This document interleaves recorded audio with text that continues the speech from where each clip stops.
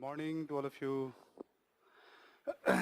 शहर, यही सारी बातें हमने ऋग्वैदिक काल में भी बताई थी।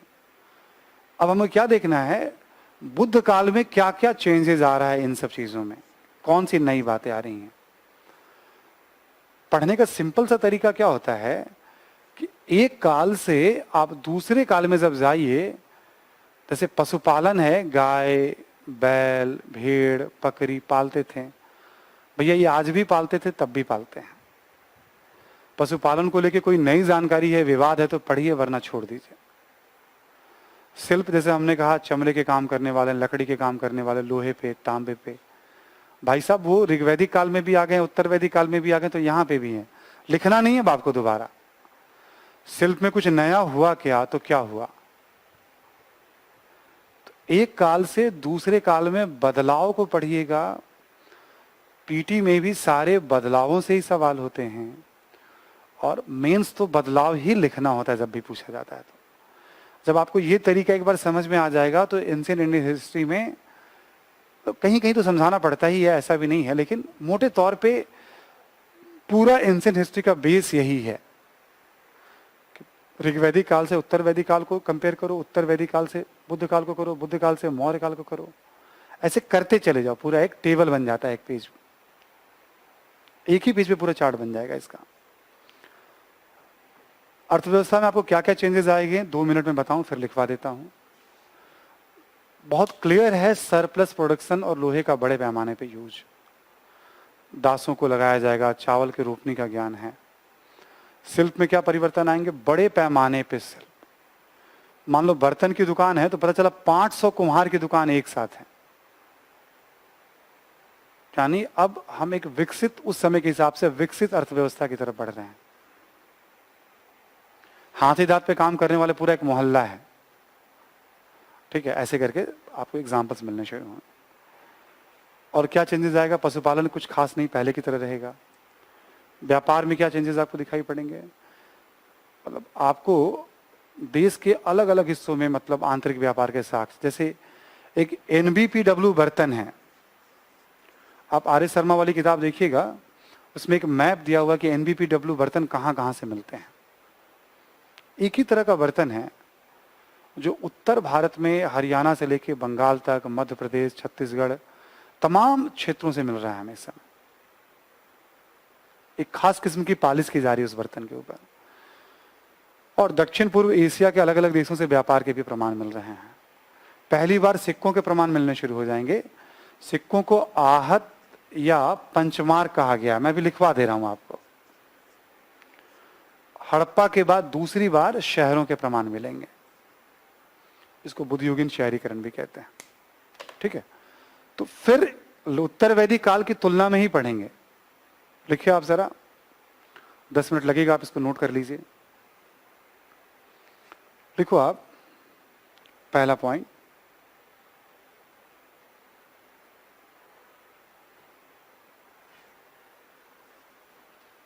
लिखो, इस काल में अर्थव्यवस्था के क्षेत्र में, इस काल में अर्थव्यवस्था के क्षेत्र में कई महत्वपूर्ण परिवर्तन दिखाई पड़ते हैं। कई महत्वपूर्ण परिवर्तन दिखाई पड़ते हैं। कई महत्वपूर्ण परिवर्तन दिखाई पड़ते हैं। इसी में लिखो, कृषि के क्षेत्र में लोहे का बड़े पैमाने में उपयोग,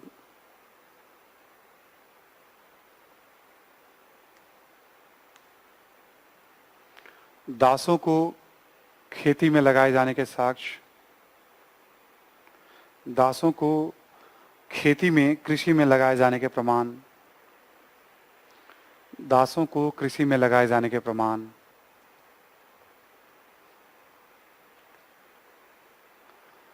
धान के रोपाई या रोपनी के प्रमाण,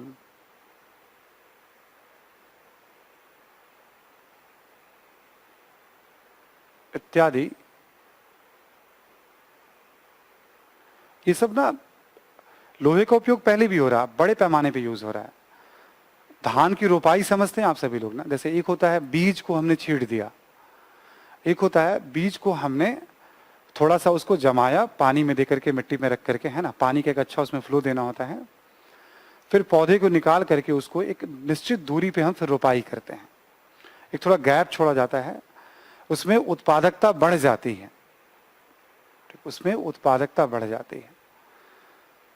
ये सब गंगा घाटी में प्रमाण मिल रहे हैं। लिखो, इन परिवर्तनों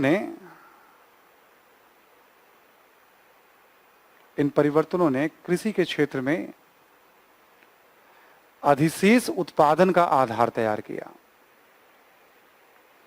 इन परिवर्तनों ने कृषि के क्षेत्र में अधिशेष उत्पादन का आधार तैयार किया। ठीक है, अधिशेष उत्पादन का आधार तैयार किया, सरप्लस प्रोडक्शन। अब उत्तर वैदिक काल में संक्रमण शुरू हो गया था, लेकिन अब क्लैरिटी है इसकी, तो ये एक महत्वपूर्ण बदलाव हो गया खेती के क्षेत्र में, है ना। अगला पॉइंट लिखो आप। शिल्प के क्षेत्र में विशेषीकरण, स्पेशलाइजेशन, विशेषीकरण एवं शिल्प से संबंधित संगठनों, शिल्प से संबंधित संगठनों, ब्रैकेट में लिखोगे गिल्ड, GUILD, आप रोमन या देवनागरी किसी में लिख सकते हो, ठीक है। गिल्ड, शिल्प से संबंधित संगठनों की जानकारी मिलती है।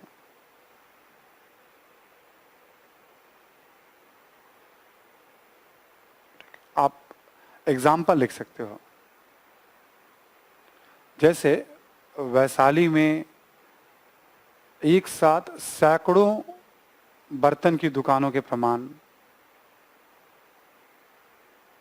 वैशाली में एक साथ सैकड़ों बर्तन की दुकानों के प्रमाण, ये सब ना साहित्य में उल्लेख है, ठीक है। इसी में लिखोगे बनारस में हाथी दांत पर काम करने वाले, हाथी दांत पर काम करने वाले शिल्पियों के गलियों का उल्लेख, शिल्पियों के गलियों का उल्लेख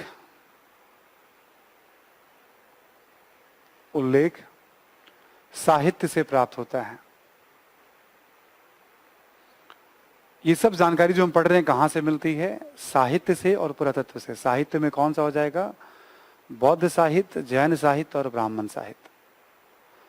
साहित्य का जिक्र फिर हम लास्ट में करेंगे, है ना, क्योंकि वो पूरी तरह से फैक्चुअल होता है, इंफॉर्मेटिव पार्ट्स होता है, ठीक है। और पुरातात्विक साक्ष्य भी मिलते हैं हमें, दोनों को मिला करके प्रमाण मिलते हैं हमें। अगला पॉइंट लिखो,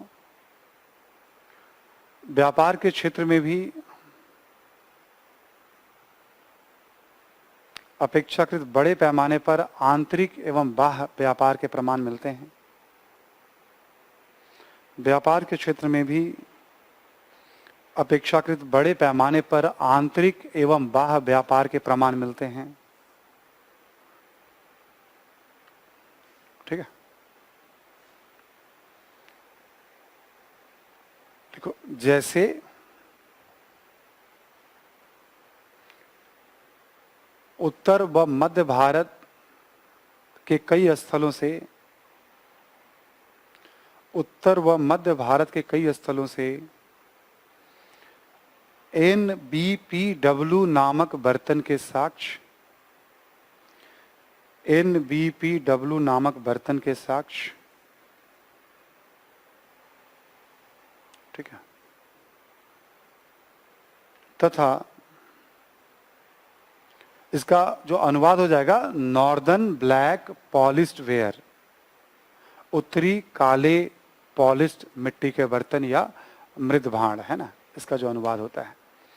इसी में लिखो आप, तथा एक लिख लेना आप जातक साहित्य, ये बौद्ध साहित्य है, इसके बारे में आगे बताऊंगा मैं। तथा जातक साहित्य से दक्षिण पूर्व एशिया से व्यापार के प्रमाण मिलते हैं। दक्षिण पूर्व एशिया से व्यापार के प्रमाण मिलते हैं।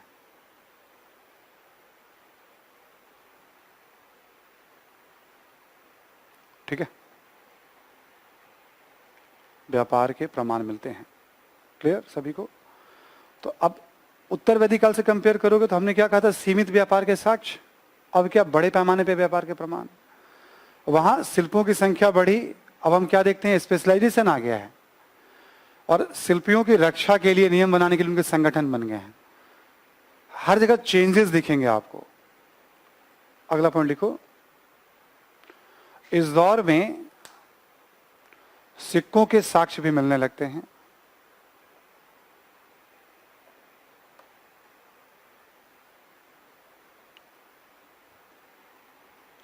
देखो, इन सिक्कों को पंचमार्क या आहत सिक्के कहते थे। इन सिक्कों को पंचमार्क या आहत सिक्के कहते थे।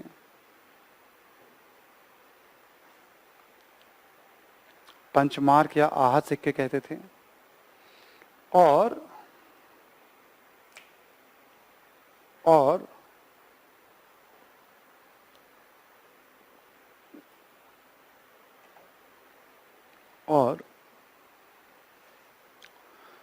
इस पर लेख उत्कीर्ण नहीं होता था। इस पर लेख उत्कीर्ण नहीं होता था, यानी कुछ लिखा हुआ नहीं रहता था। इस पे ना अलग अलग आकृतियां होती थी, जैसे वनस्पतियों की आकृति, किसी जानवर की आकृति, किसी पक्षी की आकृति मान लो, है ना, चंद्रमा की आकृति, ऐसे करके। ठीक है, होता क्या था, वो आकृति एक धातु पे वैसी आकृति बना दी जाती थी, फिर उसको काट दिया जाता था और क्वाइंस के तौर पे यूज किया जाता था। ये बहुत बड़ी घटना है सिक्कों का प्रचलन। आप सोचिए, हम लोग जो सिक्के और रुपए यूज करते हैं, यदि ये यूज ना करें हम लोग, तो प्लास्टिक मनी का भी खूब यूज होता है, ऑनलाइन पेमेंट, तो सोचो कितनी मुश्किल आएगी चीजों को खरीदने में।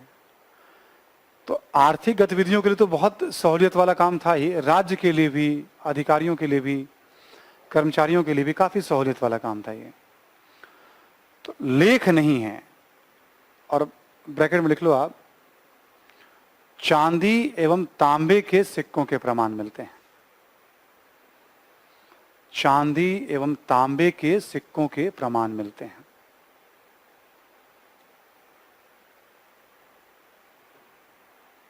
ठीक है, नोट कर लिया आप सभी लोगों ने, चांदी एवं तांबे के सिक्कों के प्रमाण मिलते हैं। अगला पॉइंट लिखो आप, हड़प्पा के पश्चात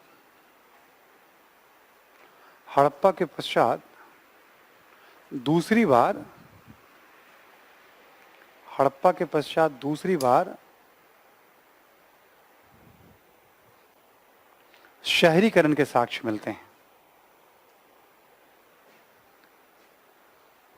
दूसरी बार शहरीकरण के साक्ष्य मिलते हैं। हमने शहरीकरण के बारे में क्या बताया था आपको, कि गैर कृषि कार्यों में संलग्न आबादी, या जो शहर होते हैं उसमें जनसंख्या का घनत्व अधिक होता है, वहाँ पे प्रशासनिक अधिकारी या शासक वर्ग रहता है, शिक्षा, मनोरंजन इत्यादि, धर्म इत्यादि के केंद्र होते हैं। ठीक है, आर्थिक गतिविधियों के केंद्र होते हैं कोई शहर, है ना। ये हमने परिचय आपको दिया था हड़प्पा के साथ, उसको पहला शहरीकरण कहते हैं। और बुद्ध काल के साथ हमें शहरों के प्रमाण दोबारा मिलने लगते हैं 6th सेंचुरी बीसी में। इसी में लिखो, कृषक एवं शिल्प अधिशेष, व्यापार,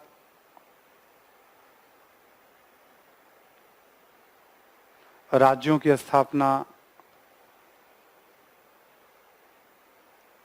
धार्मिक गतिविधियां, इत्यादि ने, धार्मिक गतिविधियां इत्यादि ने शहरीकरण को आधार प्रदान किया।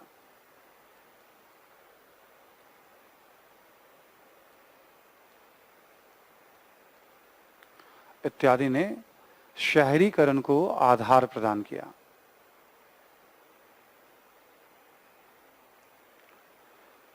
देखो इस समय ना बड़े बड़े राज्य उभर रहे हैं। मान लो मगध एक राज्य, सपोज दैट, तो राजा, अधिकारी, सैनिक, उनको रहने की जगह, उनकी सारी जरूरतों के सामान।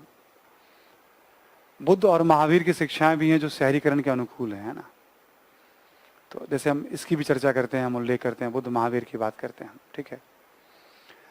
इसी तरह से आप देखोगे, जब हम अभी हमने लिया जैसे खेती में उत्पादन ज्यादा हो रहा है, तो एक जगह से दूसरी जगह अनाज का व्यापार होगा, शिल्प स्पेशलाइजेशन है उसका व्यापार होगा।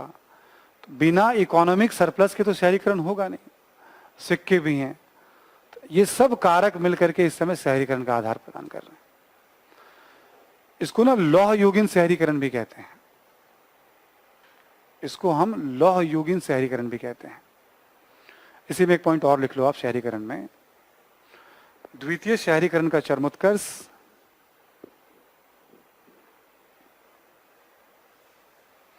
मौर्योत्तर काल में दिखाई पड़ता है। द्वितीय शहरीकरण का चरमोत्कर्ष मौर्योत्तर काल में दिखाई पड़ता है। यानी सबसे ज्यादा शहर आपको प्राचीन भारत में कब दिखेंगे? मौर्योत्तर काल में। हड़प्पा को पहला शहरीकरण कहते हैं, इसको दूसरा। हड़प्पा को सिंधु घाटी शहरीकरण, इसको गंगा घाटी। हड़प्पा को कांस्य युगीन शहरीकरण, इसको लौह युगीन शहरीकरण। हड़प्पा का उत्थान और पतन, इसके उत्थान के बारे में भी हम बात कर रहे हैं। पतन इसका होगा लेकिन पूर्णता नहीं, क्योंकि इसके पूरे प्रमाण हमें मिलेंगे, ठीक है। हड़प्पा में ये पता नहीं कि धर्म का क्या रोल रहा होगा, यहां पता है कि धर्म का एक अच्छा खासा रोल है।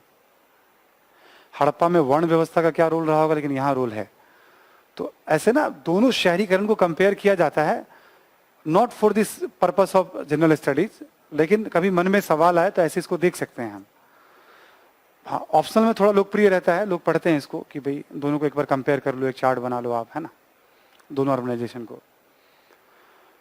तो अब जितनी भी इकोनॉमी की बातें बताई, आप उसको उत्तर वैदिक काल से जोड़िए, उत्तर वैदिक काल को ऋग वैदिक काल से जोड़िए, तो आप देखो कि केवल चेंज बता रहा हूं मैं आपको, नया क्या हुआ।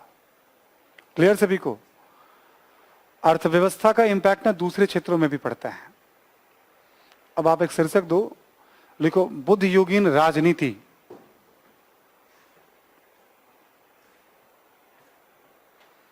लिखो आप बुद्ध युगीन राजनीति।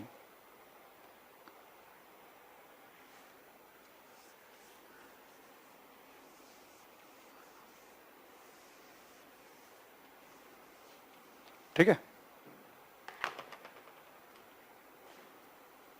जब हम बुद्ध युगीन राजनीति की बात करेंगे हम, तो उत्तर वैदिक कालीन राजनीति को एक बार ध्यान कर लीजिए आप सब कि क्या क्या हमने बताया था, कौन कौन से मेन पॉइंट्स बताए थे आपको। जैसे आपको याद होगा हमने एक जनपद शब्द का यूज किया था, ऋग्वैदिक काल में जन शब्द का यूज किया था, है ना, समझाया था हमने आपको। हमने क्या बताया था? अधिकारियों की संख्या बढ़ गई यहाँ पे। फिर भी बताया था वेतन भोगी नहीं है, इसका उल्लेख किया। फिर भी उपहार को कलेक्ट करने के लिए संग्रहित्री नामक अधिकारी है। न्यायिक राजस्व ढांचा इत्यादि नहीं है, उत्तर वैदिक काल में देखिएगा आप। कबायली संस्थाओं का महत्व कम हो गया। ये सारी बातें हमने उत्तर वैदिक कालीन राजनीति में बताई थी। युद्ध तो चल ही रहे हैं, उसी की तुलना में जैसे यहाँ जन यानी कबीला, जनपद जहां बहुत सारे कबीलों के लोग रह रहे हैं। अब यहां देखोगे तो महाजनपद, इसके बारे में बता रहा हूं आपको। क्योंकि अब सरप्लस प्रोडक्शन है तो और क्या क्या हो जाएगा इसमें? अधिकारियों की संख्या ज्यादा हो जाएगी, वेतनभोगी सेना, वेतनभोगी अधिकारी, यानी अब ये रक्त संबंधों पे नहीं है। एक न्यायिक ढांचा सामने आएगा, एक राजस्व संगठन सामने आएगा, और दो तरह की शासन व्यवस्था दिखेगी आपको, राजतंत्र और गणतंत्र। और इस दौर में साहित्य में 16 महाजनपदों का जिक्र मिलेगा। 16 के बारे में एक छोटी छोटी जानकारी हम अभी लेंगे, आपसे बताएंगे आपको, हम जरूरी भी है। तो ये राजनीति में बदलाव। इसके अलावा इसी दौर में 516 बीसी में ईरानी शासक डेरियस का आक्रमण होगा, उसके बारे में दो चार बातें बताऊंगा। इसी समय सिकंदर का भी भारत पे आक्रमण हुआ है 326 बीसी में, उसके बारे में भी 5-7 काम की बातें आपको लिखनी होगी। तो उत्तर वैदिक काल की तुलना में राजनीति में बहुत सारे बदलाव होंगे और राज्य के सभी तत्व, 4 बड़े तत्व होते हैं ना, जनसंख्या, भूभाग, संप्रभुता और सरकार।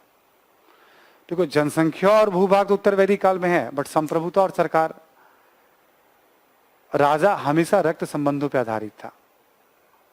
अब धीरे धीरे राजा जो है संप्रभु हो जाएगा।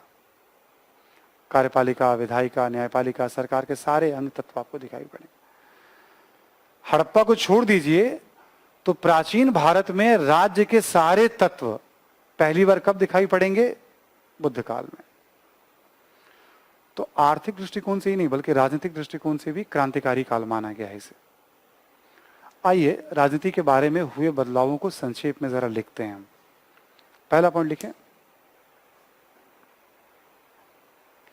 देखो राजनीतिक दृष्टिकोण से यह काल भी विशेष महत्व रखता है।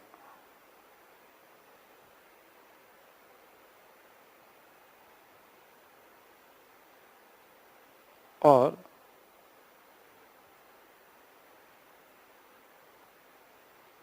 राज्य के सभी तत्व इस काल में दिखाई पड़ते हैं।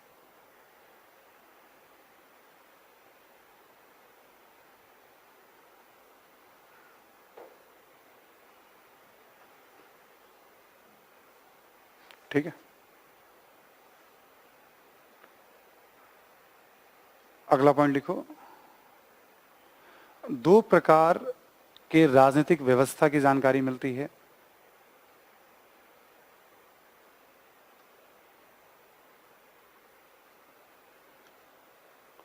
दो प्रकार के राजनीतिक व्यवस्था की जानकारी मिलती है। राजतंत्रात्मक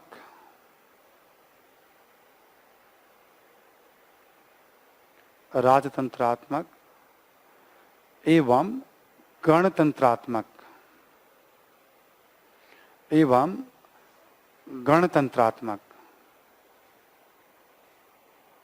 दो प्रकार के राजनीतिक व्यवस्था की जानकारी मिलती है।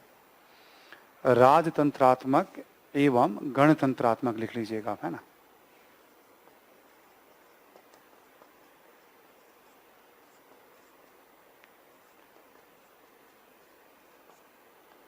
मैं बता रहा हूं इसके बारे में, इसी में लिखो आप।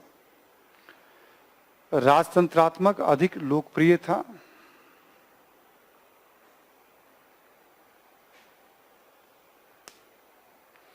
और समकालीन साहित्य में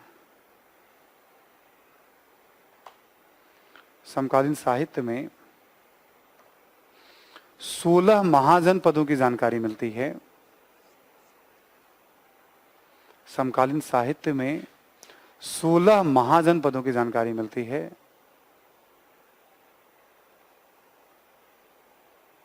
जिनमें अधिकांशतः राजतंत्रात्मक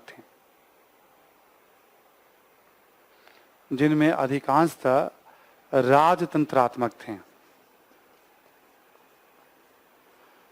ब्रैकेट में किताब का नाम लिख लीजिएगा।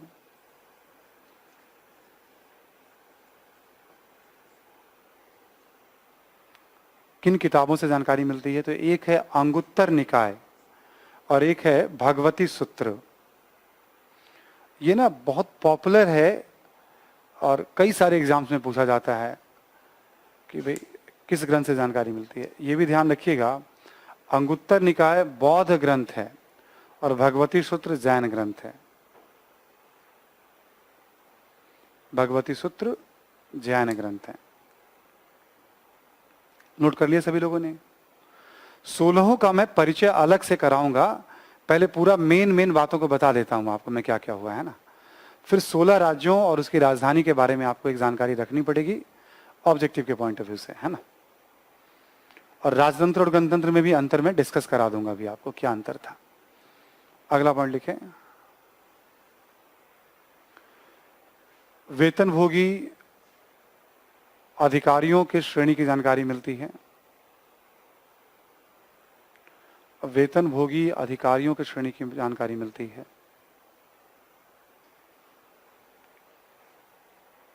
जैसे महामात्र,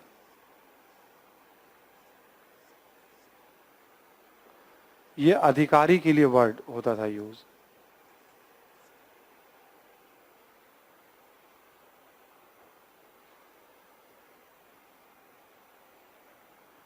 ठीक है, वेतनभोगी अधिकारी भी आ गए। अधिकारी जो बड़े अधिकारी होते थे उसको महामात्र कहा जाता था। जैसे आज आईएएस को महामात्र कह सकते हैं आप, है ना। अगला लिखो आप, नेक्स्ट लिखो, राजस्व प्रशासन के भी प्रमाण मिलते हैं।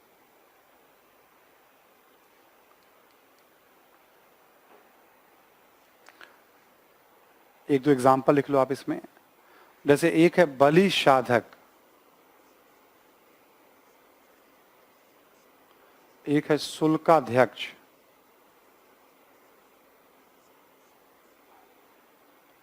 दिख रहा है सभी को, बलि साधक, शुल्काध्यक्ष। ठीक है, बलि साधक के सामने लिख लो आप भू राजस्व संग्रह करने वाला,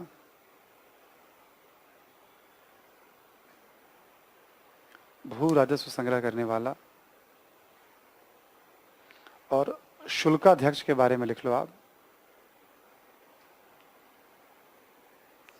चुंगी शुल्क संग्रह करने वाला, टोल टैक्स कलेक्ट करने वाला, है ना। ये सब उल्लेख मिल रहे हैं, ये भी वेतनभोगी हैं। अगला पॉइंट लिखो, पहली बार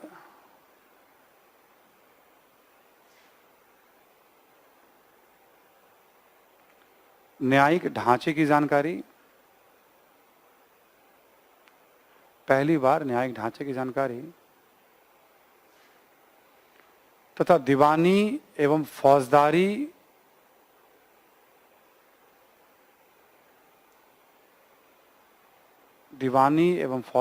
विवादों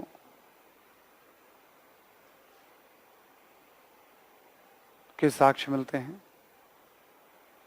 दीवानी एवं फौजदारी विवादों के साक्ष्य मिलते हैं। क्लियर सभी को। इसके पहले इसका जिक्र नहीं हुआ। फर्स्ट टाइम न्यायिक ढांचा, दीवानी, फौजदारी, आप सब दीवानी फौजदारी मैटर से तो परिचित हैं ही। फर्स्ट टाइम भारतीय समाज में इसका जिक्र मिलना शुरू होता है बुद्ध काल में। विवादों को अलग किया जा रहा है। अगला पॉइंट लिखो, वेतनभोगी सेना के भी प्रमाण, वेतनभोगी सेना के भी साक्ष्य। उत्तर वैदिक काल में जो जो नहीं था ना, वेतनभोगी सेना नहीं थी, न्यायिक ढांचा नहीं थी, ठीक है, राजस्व प्रशासन इस तरह का नहीं था, वेतनभोगी अधिकारी नहीं थे, है ना। वो सब चीजें आपको यहाँ मिलती हैं। यहाँ सभा समिति, विदत गण जैसी चीजें गायब हो जाएंगी। अब बहुत नाम मात्र की चर्चा मिलेगी, कोई बहुत बड़ा उसका रोल नहीं है यहाँ पे। ठीक है, अब हम लोग दो तीन चीजों पे बात करेंगे। तो सामान्य परिचय मैंने करा दिया आपको कि राजनीति में क्या चेंजेस आए हैं। हमने कहा राजतंत्रात्मक और गणतंत्रात्मक। अब एक दो नाम समझ लो, थोड़ा अंतर समझ लो केवल ध्यान के लिए। राजा में प्रशासन का कोई एक प्रमुख होगा। जैसे मान लो एग्जाम्पल के तौर पे एक मगध राज्य है बिहार में, दक्षिणी बिहार में, है ना, महाजनपद है। बिंबिसार या अजातशत्रु उसका राजा होगा। और एक गणराज्य है। गणराज्य में क्या होता है, एक गणराज्य एक तरह से अल्पतंत्र हो गया, उसमें कई छोटे छोटे राज्य हैं। गणराज्य में मान लो 8 राज्य हैं, 10 राज्य हैं, सबका अपना प्रमुख है, सब एक साथ बैठेंगे, उसका कोई चौधरी होगा और फिर वो बहुमत से निर्णय, ठीक है। ऐसा नहीं है कि भी एक चला आ रहा है। तो गणराज्य क्या हो गया, गणराज्य आज की तरह नहीं था कि जो राज्य प्रमुख होगा वो निर्वाचित होगा। गणराज्य एक तरह से अल्पतंत्र है। जैसे मान लो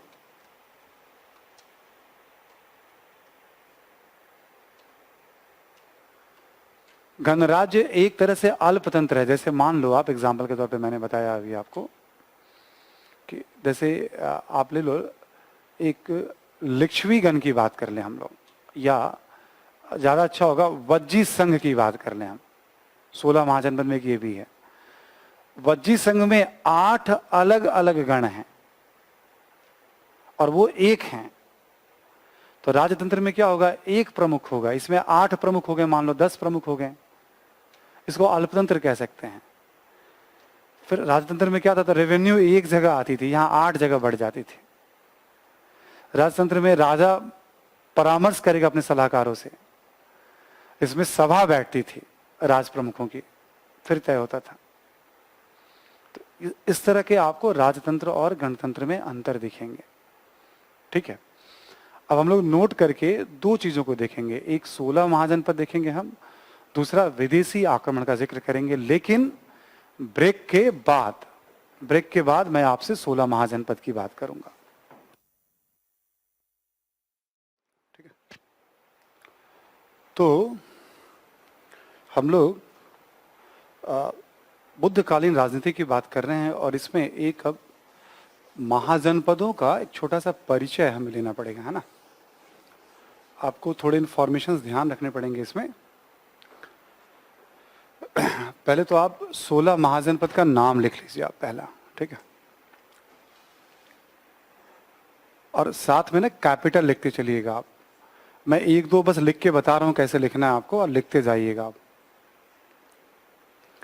पहला लिखिए आप कंबोज,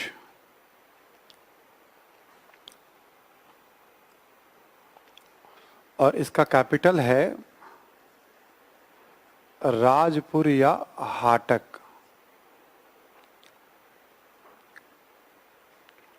कंबोज का कैपिटल है राजपुर या हाटक। ठीक है, ये आप पाकिस्तान अफगानिस्तान के इलाके में पड़ता था ये महाजनपद जो है। आर्य शर्मा की किताब में मैप पे 16 महाजनपदों को दिखाया गया है, वो भी आप एक बार कोशिश करिएगा आज ही देख लेने का, वैसे, है ना। दूसरा लिखें आप गंधार। मैं उत्तर पश्चिम वाले क्रम में ही लिखा भी रहा हूं आपको, उत्तर पश्चिम, फिर उत्तर, फिर पूर्व की तरफ, फिर दक्षिण की तरफ, ऐसे लेके चल रहा हूं। गंधार, गंधार का कैपिटल लिखें आप तक्षशिला, पाकिस्तान में पड़ेगा ये, है ना। गंधार हो गया आपका तक्षशिला। तीसरा लिखो आप कुरु, जहां से क्लास अभी चल रही है आपकी, इंद्रप्रस्थ, है ना। चौथा लिखो आप पंचाल,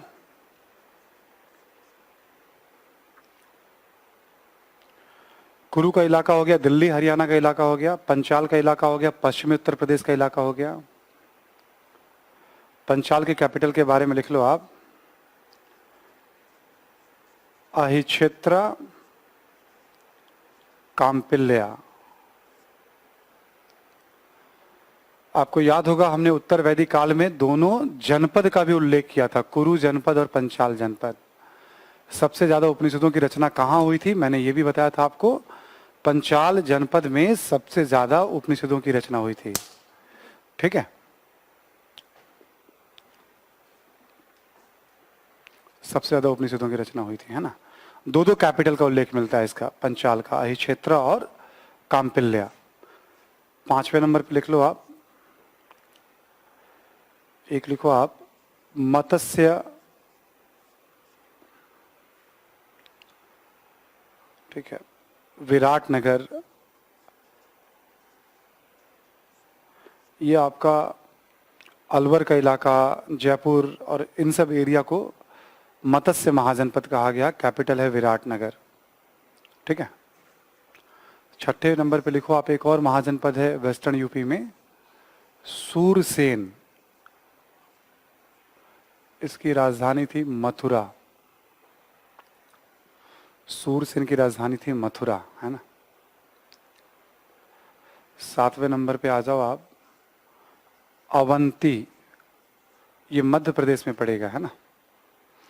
और इसका 2 कैपिटल का उल्लेख मिलता है। एक उज्जैन, सोचो उज्जैन का तब से महत्व बना हुआ है, और एक जय माहिष्मती, बाहुबली, है ना। ठीक है, उज्जैन का उस दौर से लेके आज तक एक महत्व बना हुआ है, राजनीतिक धार्मिक, है ना। तो अवंती भी एक शक्तिशाली राज्य था। अवंती के बाद आप लिखो बुंदेलखंड में एक राज्य था चिद्दी, सोत्थिवती। और आंध्र प्रदेश में एक राज था असमक, उसकी राजधानी थी पोटिल।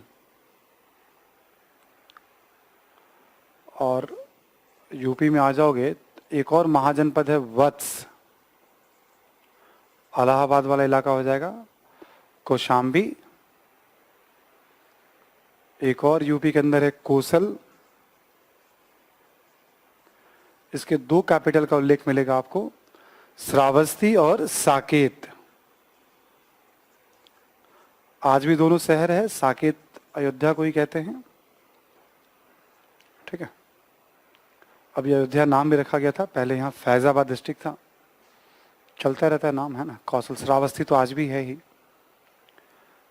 कौशल हो गया आपका, है ना।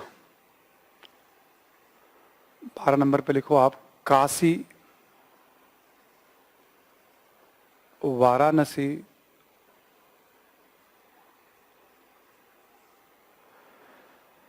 तेरह नंबर पे लिख लो आप मगध।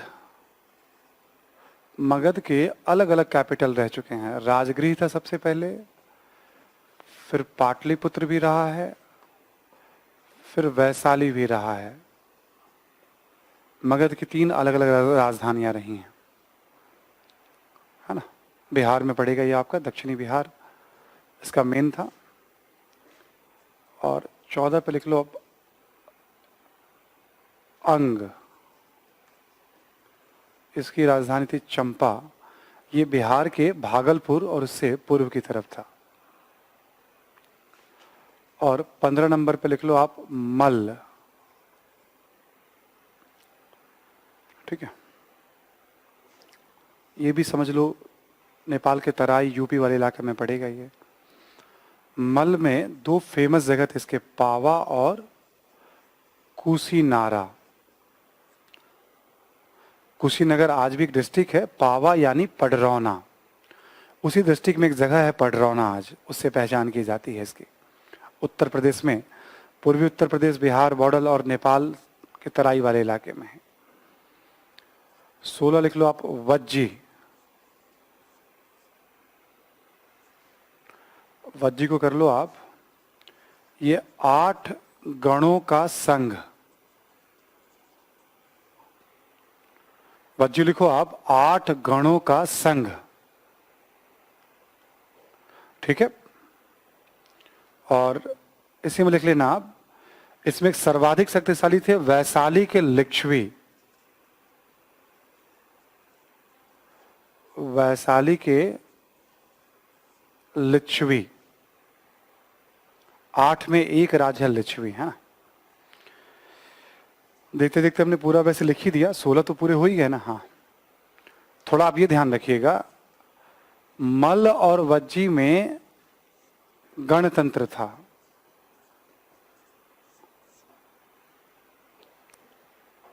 ठीक है, जैसे हमने कहा ना, राजतंत्रात्मक भी है, गणतंत्रात्मक भी है। राजतंत्रात्मक गणतंत्रात्मक में अंतर भी हमने बता ही दिया आपको 3-4 समझने के लिए।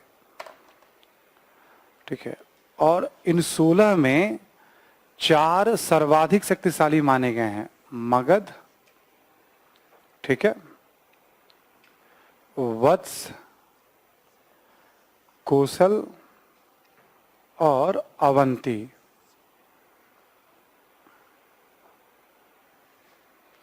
ठीक है,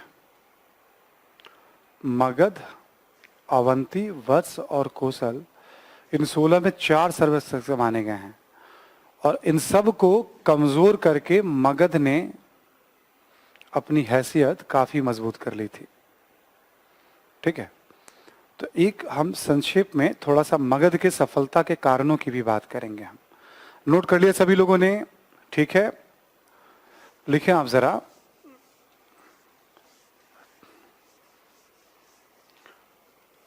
सर्वाधिक शक्तिशाली महाजनपद, या अभी एक बार थोड़ा परिचय ले लेता हूं फिर मैं लिख पाता हूं आपको इसके बारे में, है ना।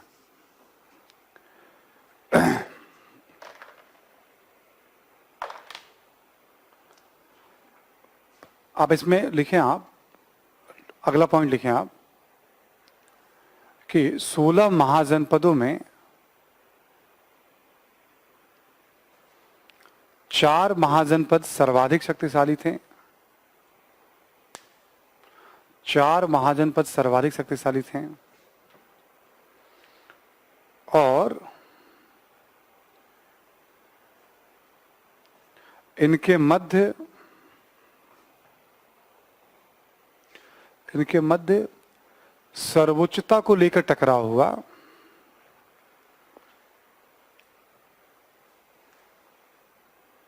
इनके मध्य सर्वोच्चता को लेकर टकराव हुआ। अंततः मगध को सफलता मिली।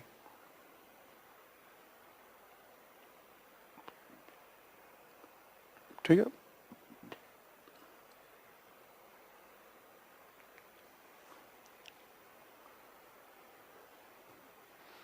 और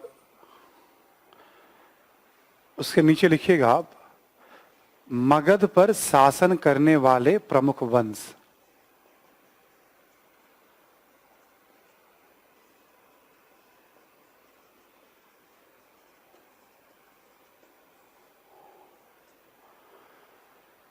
मगध पर शासन करने वाले प्रमुख वंश।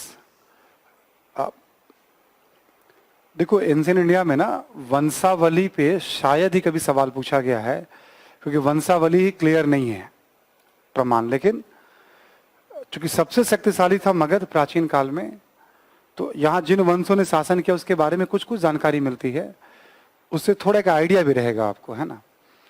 जो पहला उल्लेख मिलता है वो है हर्यंक वंश।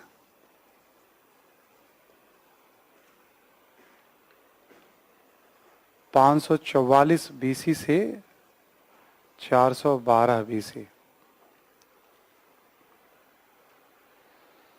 हर्यंक वंश के कुछ प्रमुख शासक का नाम क्रम से लिखना चाहें तो लिख लीजिएगा आप। बिंबिसार है, अजात शत्रु, उदयन, और भी शासक हैं। इन तीनों का नाम प्रायः किताबों में मिलेगा, या जब धर्म की चर्चा होगी ना तो इन शासकों का नाम आएगा। कभी कभी धर्म के साथ भी शासकों के सवाल पूछे गए हैं यूपीएससी में।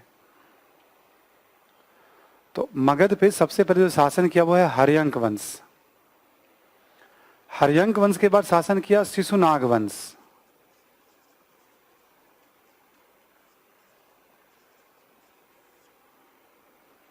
ठीक है, 412 बीसी से लेकर के 344 ईसा पूर्व तक। ठीक है, शिशुनाग वंश हो गया। और इसके बाद जो शासन करेगा वो है नंद वंश। 344 से 322 बीसी।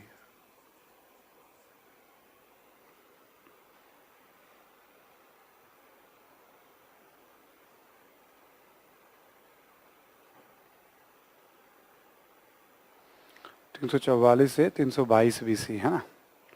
नंद वंश में 2 शासकों का जिक्र थोड़ा बहुत ध्यान रख सकते हैं तो रखिएगा। एक है महापद्मनंद और एक है धनानंद।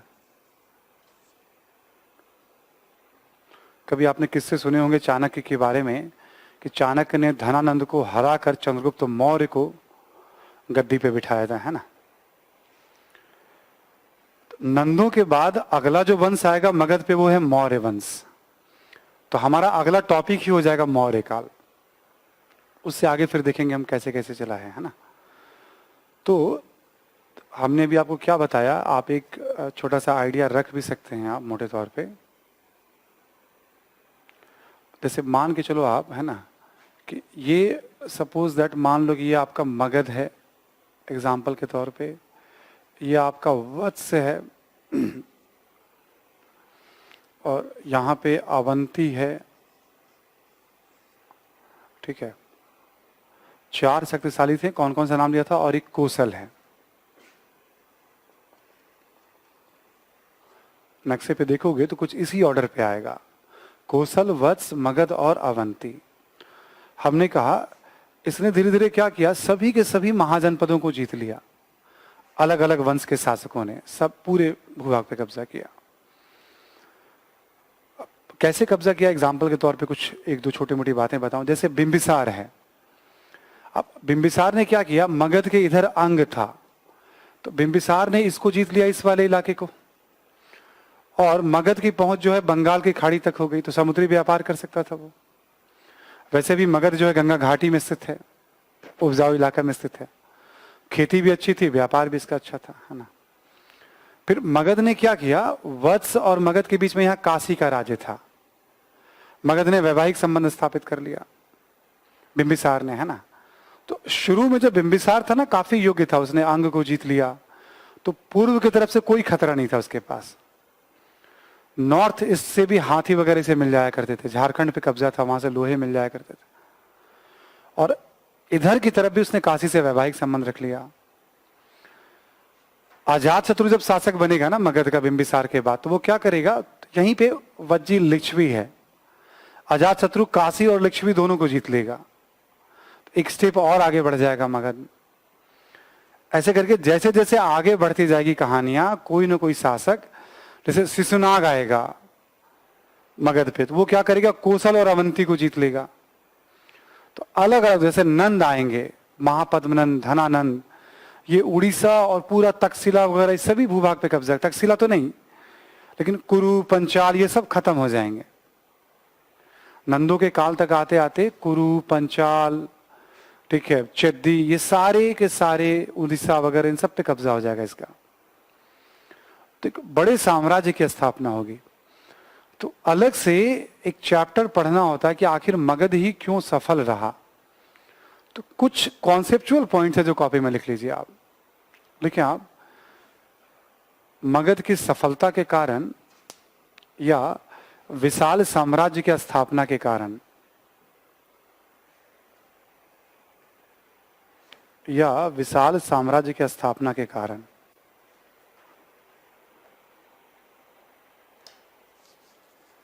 ठीक है, या विशाल साम्राज्य की स्थापना के कारण। पहला पॉइंट लिखिए आप, अपेक्षाकृत योग्य, साहसी एवं चालाक शासकों के कारण, चालाक शासकों के कारण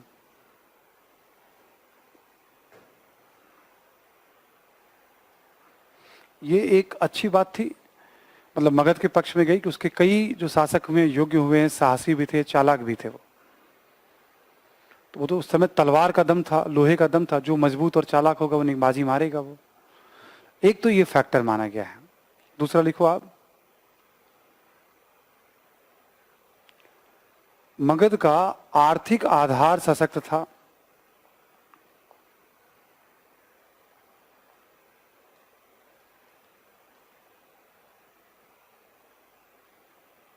मगध का आर्थिक आधार सशक्त था, यानी खेती और व्यापार काफी समृद्ध था मगध का। तो जब आपके पास आर्थिक स्थिति अच्छी होगी तभी आप एक बड़ी संख्या में सेना रख सकते हो, तो उसका भी फायदा, मगध की सेना से सब डरते थे शुरू से ही। तीसरा पॉइंट लिखो आप, मगध की राजधानियां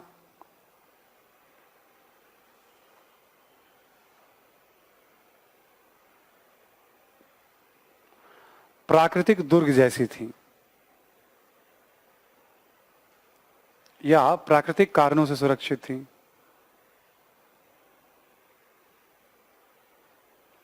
जैसे राजगिरी जो है पहाड़ियों से घिरा हुआ था, पहाड़ियों के बीच में बसा हुआ था, इतना आसान काम नहीं था उसको क्रॉस करके हमला करना, या फिर पटना जो है नदियों से घिरा हुआ था, है ना। वैशाली भी नदी से घिरा हुआ है।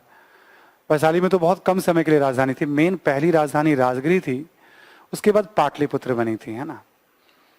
तो एक थोड़ा कैपिटल भी इनका सुरक्षित रहता था मगध का, है ना। अगला पॉइंट लिखो, लोहे के खानों पर नियंत्रण।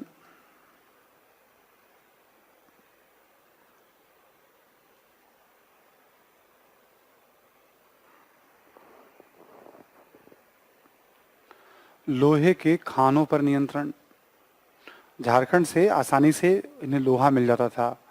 आगे चल के उड़ीसा से भी लोहे की आपूर्ति शुरू हो गई थी नंदों के समय, है ना। तो उस दौर में जिसके पास लोहा होगा उसकी खेती भी उन्नत होगी और युद्ध के शस्त्र भी उसके पास बेहतर होंगे। बाजी तो वही मारेगा जिसके पास लोहा होगा। एक और पॉइंट लिखो, उत्तर पूर्वी भारत से नियमित तौर पर हाथियों की आपूर्ति।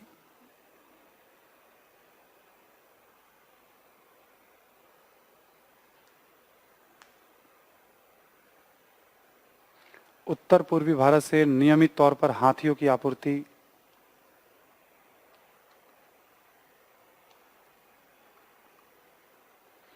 उस समय बहुत बड़ी बात होती थी, जिसके पास हाथी है, ठीक है, तो मगध के पास सबसे ज्यादा हाथी की सप्लाई थी उस समय, है ना। उससे भी मगध ने बाजी मारी है। एक और पॉइंट लिखो, सर्वप्रथम गंगा घाटी में सिक्कों का प्रचलन।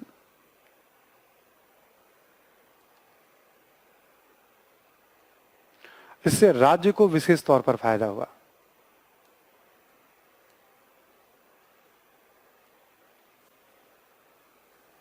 इससे राज्य को विशेष तौर पर फायदा हुआ। ये पॉइंट मैंने क्यों मेंशन कराया आपको, जब आप इस काल को पढ़ोगे ना आर्य शर्मा वाली किताब में, तो एक चैप्टर में तो बुद्धिज्म जैनिज्म दिया हुआ है और एक में पूरा जनपद और मगध की सफलता के कारण बताए गए हैं, और एक चैप्टर में इकोनॉमी, सोसाइटी, पॉलिटी, सिस्टम का जिक्र किया गया है। तो 3 चैप्टर है पूरे इसके ऊपर, है ना। तो आप जब पढ़ोगे फ्लो में ना, तो किताब से तो गुजरोगे, राजनीतिक घटनाक्रम का ज्यादा रोल नहीं है, लेकिन हमने क्या कहा, अवेयरनेस, सिलेबस ही भारत का इतिहास है, तो एक अवेयरनेस हमें रखना पड़ेगा ना। जैसे मान लो हमने कहा मैप देख लेना किताब के अंदर, कल थोड़ा बहुत आइडिया तो रहना चाहिए कौन सा महाजनपद कहाँ था। कल कोई 4 प्लेस ही पूछ ले आपसे एग्जाम के अंदर ऑब्जेक्टिव में। फिर इन्हीं सब शासकों ने महावीर स्वामी को, बुद्ध को संरक्षण दिया है। अक्सर क्या होता है, बुद्ध के साथ जोड़ के कभी कभी राजनीतिक घटनाक्रम पूछ लिए जाते हैं। तो ये सब इस दृष्टिकोण से थोड़ा उपयोगी है ना। तो 16 महाजनपदों का जिक्र कर दिया मैंने आपको। राजतंत्र के बारे में हमने बता ही दिया, ज्यादातर राजतंत्र ही हैं। गणतंत्र के बारे में मैंने बता ही दिया, यानी राजनीतिक घटनाक्रम ठीक ठाक मैंने डिस्कस करा दिया है। राजनीतिक घटनाक्रम में एक और जरूरी बात है, विदेशी आक्रमण लिख लीजिए आप, शीर्षक दीजिए आप, विदेशी आक्रमण।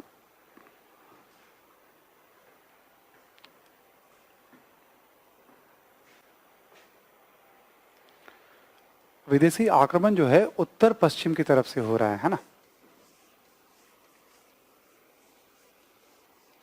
विदेशी आक्रमण जो है उत्तर पश्चिम की तरफ से हो रहा है, ठीक है। एक ईरान से आक्रमण हुआ है, फिर एक सिकंदर का आक्रमण हुआ है ना। सिकंदर ने ईरान पे भी कब्जा कर लिया था, अफगानिस्तान पे भी कब्जा कर लिया था, ठीक है। तो विदेशी आक्रमण में पहला लिखो आप, ईरानी आक्रमण।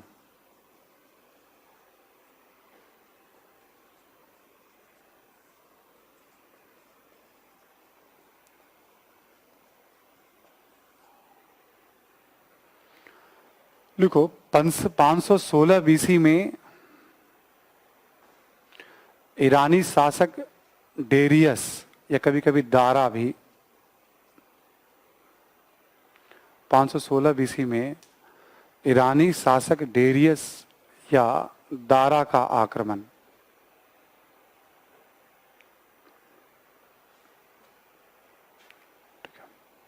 अगला पॉइंट लिखो,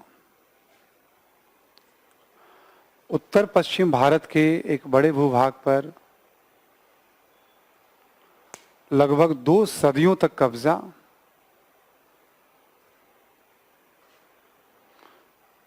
जो सिंध है और पाकिस्तान के इलाके पे ईरान का लंबे समय तक कब्जा रहा उस दौर में। लंबे समय तक कब्जा।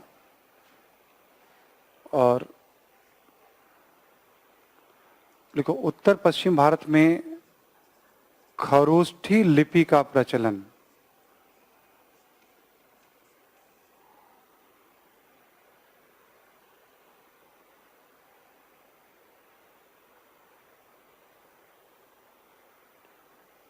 ठीक है। तो ये तो एक इंफॉर्मेशन हो गया ना, चलो। लेकिन सांस्कृतिक पक्ष जैसे एक नई लिपि आई जो प्रचलित हो गई है ना, अशोक के अभिलेख भी खरोष्ठी लिपि में होंगे जब हम पढ़ेंगे हम, तो ये एक सांस्कृतिक संपर्क की बात हो गई ना। एक और पॉइंट लिखो, देखो मौर्यकालीन कला पर भी ईरानी कला का कुछ प्रभाव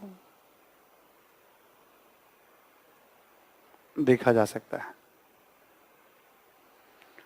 ठीक है। जब हम आगे पढ़ेंगे मौर्य कला तो वहां कुछ ईरानी कला का प्रभाव आपको दिख सकता है।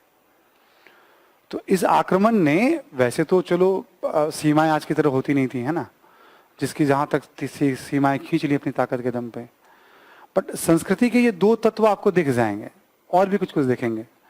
ईरान में लिपि के लिए दीपी शब्द का प्रयोग होता था, भाषा को भी प्रभावित करेगा। ईरान में दीपी शब्द चलता था।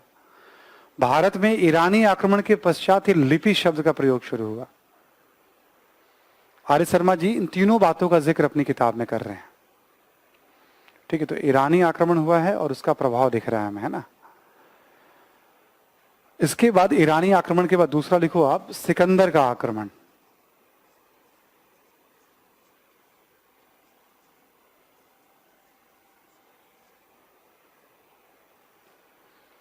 सिकंदर जो है, आप यूनान नक्शे पे थोड़ा इमेजिन कर सकते हैं ना आप सभी लोग, यूनान कहाँ पड़ेगा, ठीक है। मैसेडोनिया यूनान के साथ लगा हुआ है ना, यूरोप, दक्षिणी यूरोप, भूमध्य सागर के मुहाने पे आ जाइए आप, ठीक है। ये वहां का रहने वाला था और ये ना विश्व विजय पे निकला था। दुनिया के महानतम या शक्तिशाली सेनापतियों में इसकी गिनती होती है, ठीक है। और बहुत साहसी योद्धा था। इसने मध्य एशिया के ठीक ठीक इलाके को जीता, आसपास का जो फिलिस्तीन वगैरह का इलाका था उन सबको जीता, इराक पे इसका कब्जा था, ईरान पे इसने कब्जा किया सिकंदर ने। सिकंदर ने ईरान और अफगानिस्तान को भी जीता। यानी आप ये सोचो, यूनान यानी ग्रीस से लेकर के अफगानिस्तान ईरान तक इसका साम्राज्य था, जीतता ही गया। फिर भारत में खैबर दर्रे से प्रवेश करता है ये, और उत्तर पश्चिम भारत में कई छोटे छोटे राज्य थे, बहुतों को पराजित किया। दो की चर्चा प्रायः किताबों में मिलेगी। एक है तक्षशिला का शासक आम्भी, जिसने सरेंडर कर दिया था, आत्मसमर्पण कर दिया था। और एक झेलम के नजदीक एक था पोरस, ठीक है, जिसने बड़ी साहस से लड़ाई करी थी सिकंदर से। सिकंदर उसकी वीरता से इतना प्रभावित हुआ था, सिकंदर ने उससे पूछा था कि भाई बताओ तुम्हारे साथ कैसा व्यवहार किया जाए। तो पोरस ने कहा था कि जो एक विजेता दूसरे विजेता के साथ करते हैं, जो एक योद्धा दूसरे योद्धा के साथ करते हैं। फिर पोरस का राज्य लौटा दिया गया था, है ना, सम्मान के साथ, अधीनता नहीं मानी गई थी। लड़ते लड़ते इतना थक गया था, और खास करके पोरस के साथ जब लड़ाई हुई तो वो जबरदस्त लड़ाई हुई थी, ठीक है। उसमें सिकंदर की सेना भी थोड़ी घबरा गई थी। अब यहीं पे चर्चा शुरू हो गई कि अभी तो ये ट्रेलर है, पिक्चर जो है पाटलिपुत्र में बैठा हुआ है मगध में। धनानंद उस समय शासक था मगध का, हाथी है, विशाल सेना है, मतलब खूब किस्से शुरू हो गए उसके, क्योंकि अभियान तो किया ही था मगध के शासकों ने। तो कहा जाता है सिकंदर की सेना हिम्मत जुटा ही नहीं पाई। सिकंदर ने बड़ी कोशिश करी, तो अंततः सिकंदर को लौटना पड़ा, फिर रास्ते में बीमार पड़ गया, फिर उसकी मृत्यु हो गई, है ना। तो सिकंदर का जो अभियान है ना, भारतीय इतिहास में बहुत महत्व रखता है। तो क्या क्या बातें इसमें ध्यान रखने वाली हैं ऑब्जेक्टिव के पॉइंट ऑफ व्यू से या अंडरस्टैंडिंग के पॉइंट ऑफ व्यू से, ठीक है, उसको जरा हम लिखते हैं, है ना। लिख लिया आपने सिकंदर का आक्रमण। पहला पॉइंट लिखो, मैसिडोनिया का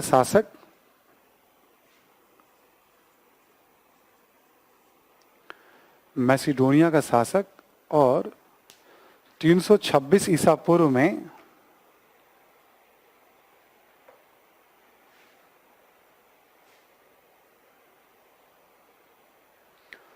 326 ईसा पूर्व में इसने भारत पर आक्रमण किया।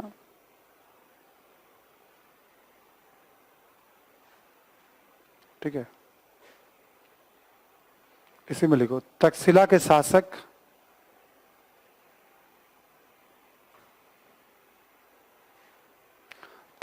शासक आम्भी ने सिकंदर की अधीनता स्वीकारी। तक्षशिला के शासक आम्भी ने सिकंदर की अधीनता स्वीकारी। वहीं झेलम नदी के साथ पोरस का राज्य था।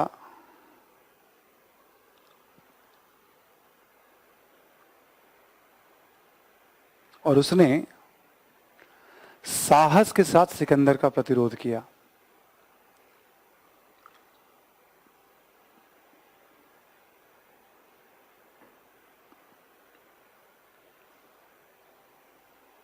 ठीक है, अगला पॉइंट लिखो, इस अभियान का विभिन्न कारणों से भारतीय इतिहास में महत्व है।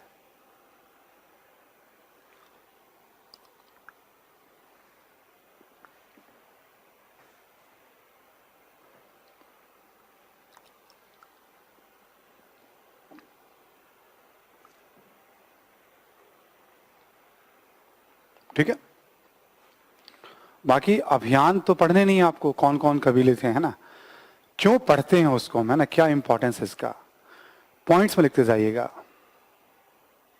पहला लिखे, भारतीय इतिहास में तिथि क्रम के निर्धारण में, भारतीय इतिहास में तिथि क्रम के निर्धारण में। ठीक है, क्यों हम इसकी बात कर रहे हैं तिथि क्रम के निर्धारण की? देखो, अपने यहां जो रिकॉर्ड्स रखे जाते थे ना, वो वंशावली या घटनाक्रम के नहीं रखे जाते थे, बट यूनान में रिकॉर्ड रखे जाने की परंपरा थी। तो उस समय सिकंदर के साथ जो विद्वान आए थे, उन्होंने पूरे घटनाक्रम का रिकॉर्ड रखा। फिर बाद में यूनान और भारत के बीच संपर्क बढ़ा। ठीक है, तो वो सब जानकारी भारतीय किताबों में भी आई, या अभी आधुनिक काल में जब अनुसंधान हुआ तो उससे ये पता चला कि अच्छा 326 बीसी में इसका आक्रमण हुआ था। तो अपने यहां तिथि क्रम को लेकर के इस तरह का अवेयरनेस नहीं था, एक महत्वपूर्ण बात हो गई। अगला पॉइंट लिखें, उत्तर पश्चिम भारत तथा मध्य व पश्चिम एशिया एवं यूरोप के बीच व्यापारिक मार्ग व संपर्क के दृष्टिकोण से, व्यापारिक मार्ग व संपर्क के दृष्टिकोण से एक बढ़िया एग्जाम्पल है। इसके साथ एक नियार्कस नामक विद्वान भी आया था, साहसी व्यक्ति था। उसको इराक, सिंधु नदी के मुहाने से इराक तक भेजा था कि नदी मार्ग से पता लगाओ रास्ते के बारे में, और उसने अपना पूरा भौगोलिक विवरण दिया है। ठीक है, तो दूसरा इंपॉर्टेंस क्या है, अलग अलग मार्ग और संपर्क के दृष्टिकोण से। तीसरा पॉइंट लिखें, सिकंदर के पश्चात भी यूनान एवं भारत के बीच संपर्क की प्रक्रिया जारी रही।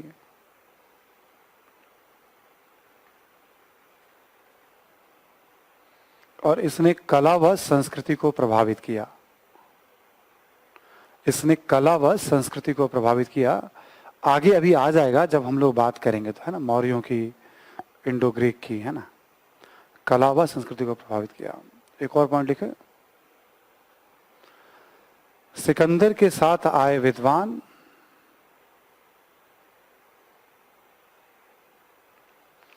उत्तर पश्चिम भारत के सामाजिक सांस्कृतिक जीवन की भी जानकारी देते हैं। सिकंदर के साथ आए विद्वान उत्तर पश्चिम भारत के सांस्कृतिक जीवन की जानकारी देते हैं।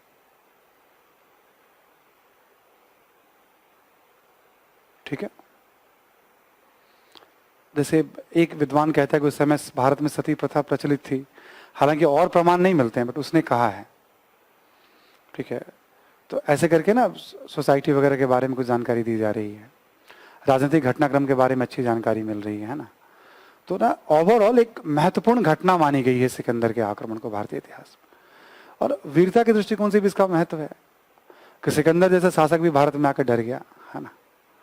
जो इतना साहसी था, शक्तिशाली था, आके डर गया एक तरह से, ठीक है। उस पॉइंट ऑफ व्यू से भी देखा जाए, है ना। मगध के राज्य की चर्चा खूब थी, नंदों की चर्चा खूब थी उस समय, ठीक है। और फिर आगे क्या होगा, सिकंदर के मृत्यु के बाद उसका साम्राज्य कई भागों में बंट जाएगा। लंबे समय तक अफगानिस्तान में एक अलग यूनानी राज्य होगा, मध्य एशिया में एक अलग होगा, यूनान में अलग होगा। तो अफगानिस्तान में ना यूनानियों की पूरी एक वंशावली शुरू हो जाएगी वहां पे। उसको बैक्ट्रिया के यूनानी कहा गया है। नॉर्दर्न और मध्य एशिया में बैक्ट्रिया का साम्राज्य था। तो सिकंदर के बाद इसके कई सारे उत्तराधिकारी हो जाएंगे, राज्य बढ़ जाएगा, लेकिन यूनानी संस्कृति का अच्छा खासा प्रसार होगा। और लिख लो आप, सिकंदर ने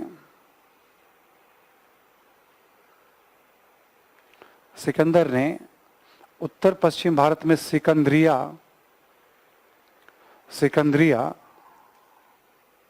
तथा बाउके फाल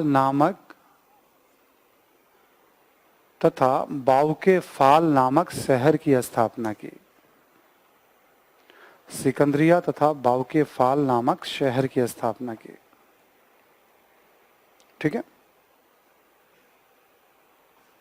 बाउके फाल नामक, ये उसके घोड़ा का नाम था, घोड़े के नाम पे भी एक शहर बनाया था। एक इंफॉर्मेटिव पार्ट से ये, जब आप चैप्टर को पढ़ोगे ना उसमें आ जाएगा आपका, तो एक बार रीडिंग तो करते चले जाना आप। मेन बातें मैंने लिखा दी हैं। पहले यूपीएससी के जीएस में भी बड़ा महत्व दिया गया था सिकंदर के अभियान को, पुराने दौर में, 70s में 80s में, है ना, जब जन्म से पहले की बात हो रही है, ठीक है। और ऐसे भी एंशिएंट इंडिया में विदेशी आक्रमण को महत्व दिया गया है प्रीलिम्स के क्वेश्चन में, पुराने सिलेबस में। इसीलिए हमने दोनों का जिक्र किया आपसे। अब आप लिखिए, आप राजनीति की चर्चा हो ही गई है, अर्थव्यवस्था की बात हो ही गई है, समाज लिख लो आप। समाज में ज्यादा कुछ नहीं है, आज का ये आखिरी टॉपिक होगा आपका, बुद्धकालीन समाज, सोसाइटी।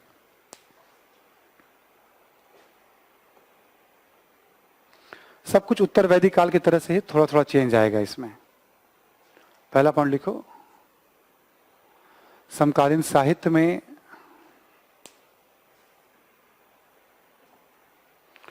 विभिन्न वर्णों के कर्तव्यों, समकालीन साहित्य में विभिन्न वर्णों के कर्तव्यों तथा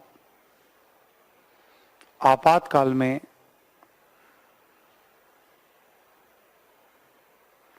इन वर्णों के द्वारा अपनाए जाने वाले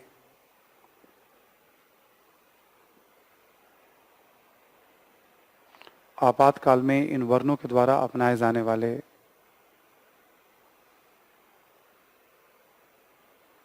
कार्यों का भी व्यवस्थित उल्लेख मिलता है।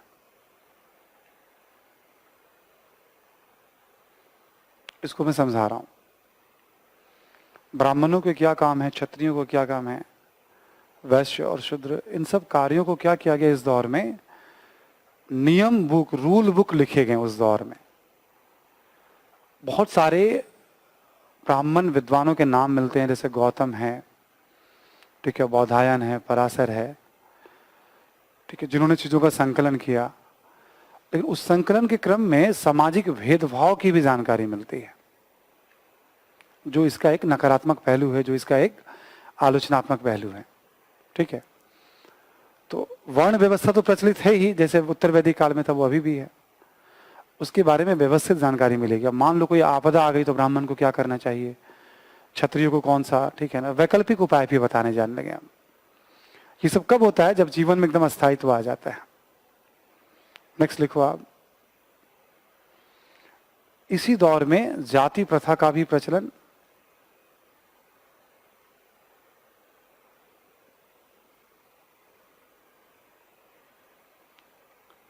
कॉमा देकर लिखो, यह जन्म आधारित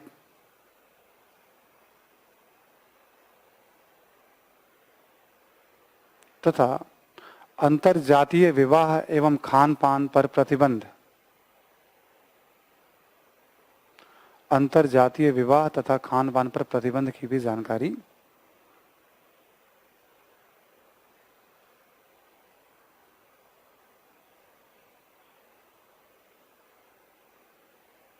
ठीक है, प्रतिबंध की भी जानकारी मिलती है।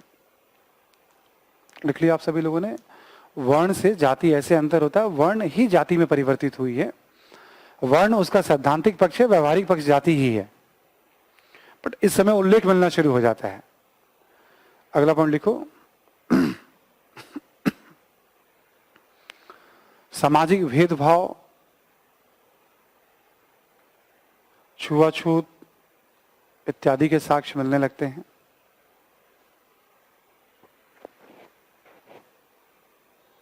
सामाजिक भेदभाव तो पहले से भी है, छुआछूत के प्रमाण मिलने लगते हैं।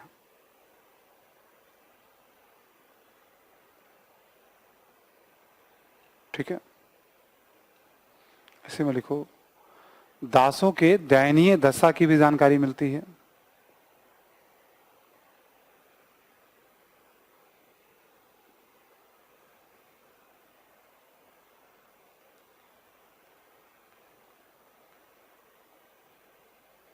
दासों के दयनीय दशा की भी जानकारी मिलती है।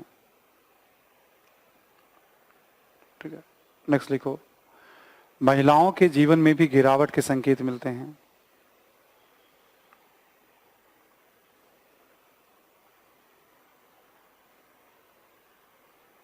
महिलाओं के जीवन में भी गिरावट के संकेत मिलते हैं।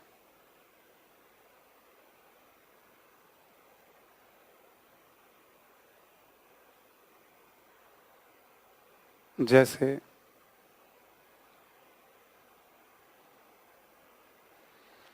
गिरावट के संकेत मिलते हैं, जैसे लिख लीजिए आप इसमें, उपनयन संस्कार से महिलाओं को रोका गया या वंचित रखा गया। उपनयन संस्कार कहने का मतलब हो गया शिक्षा का अधिकार, उत्तर वैदिक काल तक है। हमने पिछली क्लास में बताया था कि पहले शूद्र वर्ण को रोका गया, फिर महिलाओं को रोका गया। ये पितृसत्तात्मक समाज और वर्चस्व वाल जो लोग हैं समाज के, सुविधाओं को बनाए रखने के लिए ऐसा कदम उठा रहे हैं। ये मैंने डिस्कस कराया था, आपको समझाया था, है ना। तथा लिखो इसमें, तथा बाल विवाह के भी प्रमाण मिलते हैं।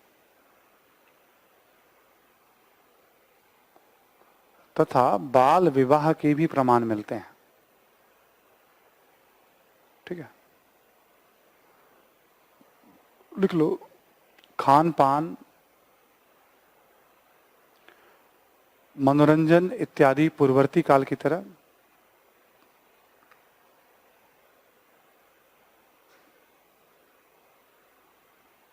पूर्ववर्ती के तरह देखो, हालांकि बौद्ध एवं जैन धर्म के प्रभाव में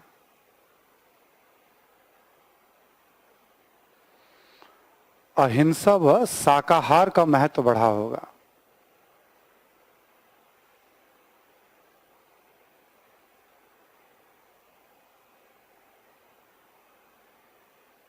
ठीक है, ये एक परिवर्तन आ सकता है, क्योंकि दोनों धर्मों में अहिंसा और शाकाहार को महत्व दिया गया है। ठीक है, आज भी जो लोग मानते हैं वो, ठीक है, अहिंसा के रास्ते पे चलते हैं, है ना। अगला पॉइंट लिखो, ब्राह्मण शिक्षा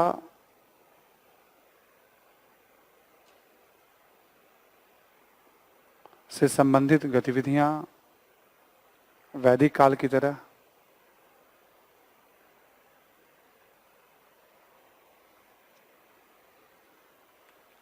वहीं दूसरी तरफ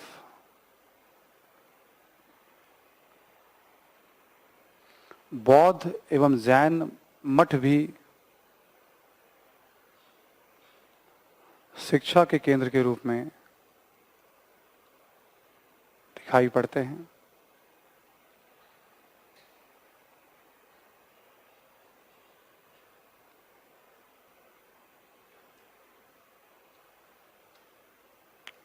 अगला पॉइंट लिखो, आश्रम, पुरुषार्थ, संस्कार, गोत्र,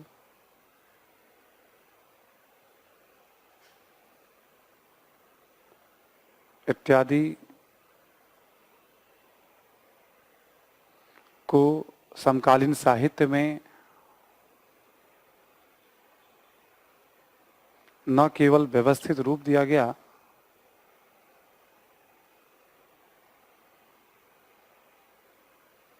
बल्कि इसके प्रचलन के भी प्रमाण मिलते हैं, बल्कि इसके अनुपालन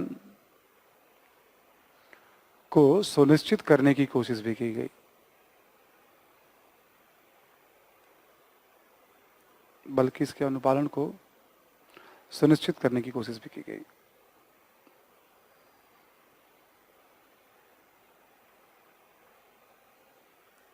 ठीक है, ये सब चीजें इसी समय सब नियमबद्ध कर दिया जाएगा, चारों आश्रम वगैरह के बारे में कोशिश किया जाएगा, पालन किया जाए। होता नहीं था प्रत्येक स्थिति में पालन। अगला पॉइंट लिखो, वैदिक संस्कृत के साथ साथ लौकिक संस्कृत एवं प्राकृत भाषा का भी समाज में प्रचलन, लौकिक संस्कृत एवं प्राकृत भाषा का भी समाज में प्रचलन। ठीक है, तो ऐसे भी प्रमाण मिलने शुरू होते हैं, है ना। तो आप देखोगे सोसाइटी में चेंजेस क्या दिखेंगे आपको, भाषा के स्तर पे भी चेंज दिखाई पड़ेंगे।